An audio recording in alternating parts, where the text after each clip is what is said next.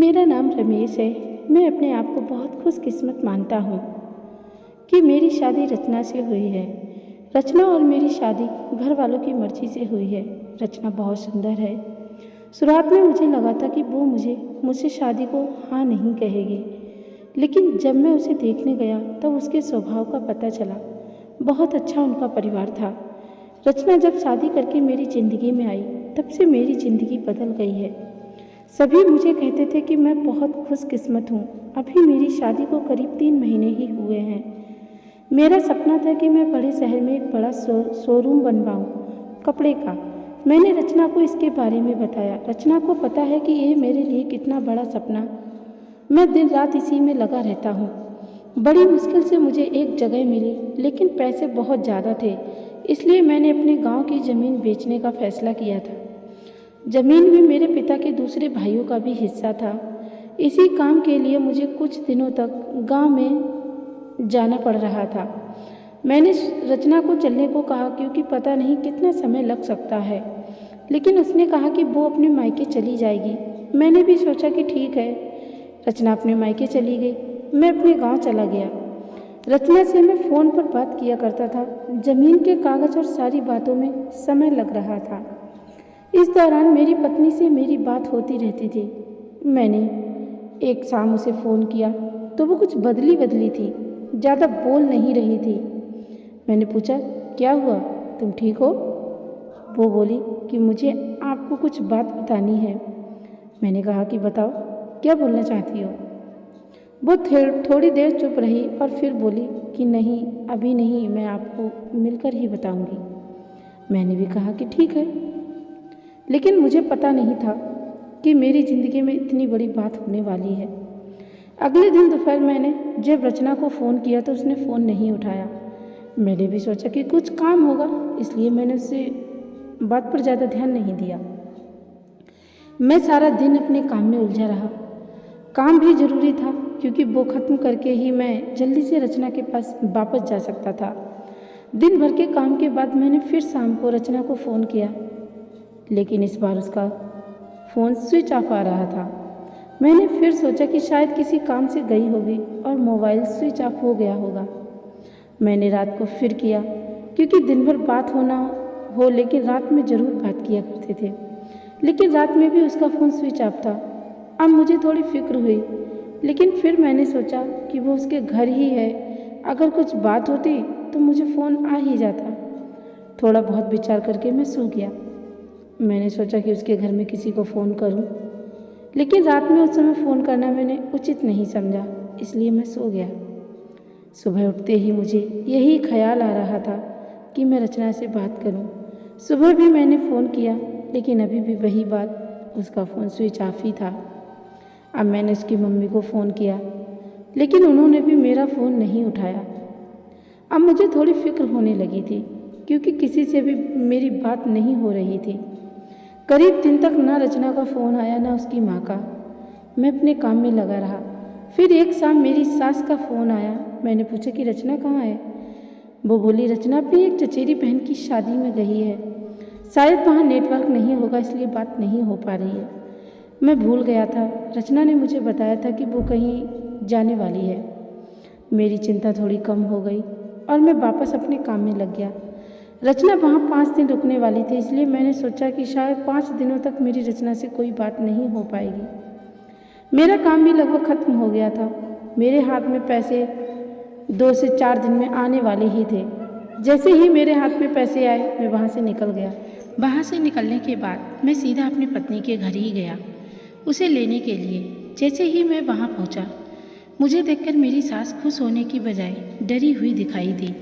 मैं थोड़ी देर वहाँ बैठा, उनसे पूछा कि रचना कहाँ है? वो बोली कि वो अभी आई नहीं है। मैंने बोला कि आई नहीं है? अभी तक उसका फ़ोन भी नहीं लग रहा। मैंने कहा कि आप मुझे वहाँ किसी का नंबर दे दो, कितने दिन से रचना से बात हुई नहीं है। वो कुछ देर सोचती रही, फिर बोली कि अभी मेरे पास नहीं है, मैं आपको किसी से पूछ कर देती हूँ। करीब 8 दिन हो गए थे मुझे रचना से बात किए। मुझे रचना पर भी गुस्सा आ रहा था कि उसका फ़ोन स्विच ऑफ क्यों है, साथ उसका फ़ोन काम नहीं कर रहा। तो वो किसी के भी फ़ोन से बात कर सकती, लेकिन उसने मुझसे बात नहीं की। मैंने सोचा था कि जब वो आएगी तो उसे ज़रूर डांटूंगा। मेरी सास का फ़ोन नहीं आया। करीब 12 दिन हो गए। मैं उनके घर वापस गया, लेकिन अब वो भी घर पर नहीं थी, ना ही मेरा फ़ोन उठा रही थी। अब मेरे मन में बहुत सारे विचार आने लगे कि आखिर बात क्या है जो रचना और उसके घर वाले मुझसे इस तरह का बर्ताव कर रहे हैं। मैंने उन्हें मैसेज किया कि अब मैं पुलिस के पास जाऊंगा। मेरी इस धमकी से शायद वो डर गई और उनका फ़ोन आया। बोली कि बेटा, मैं तुम्हें कुछ बताना चाहती हूँ, तुम घर आ जाओ। अब मेरी चिंता बढ़ती जा रही थी। ऐसी क्या बात है जो ये सब मुझसे छिपा रहे हैं। मेरी पत्नी ने मुझे 20 दिनों से बात नहीं की थी। मैं अगले दिन उनके घर गया। मेरी सास का मुंह उतरा हुआ था। मैं बहुत गुस्से में था। मैंने जाते ही उन्हें ज़ोर से चिल्लाते हुए पूछा कि कहाँ है रचना। मेरी सास मुझसे बोली कि बेटा, अब मैं जो तुम्हें बताने वाली हूँ उस पर तुम्हें विश्वास नहीं होगा, लेकिन ये ही सही है। वो बोली कि रचना किसी के साथ भाग गई है।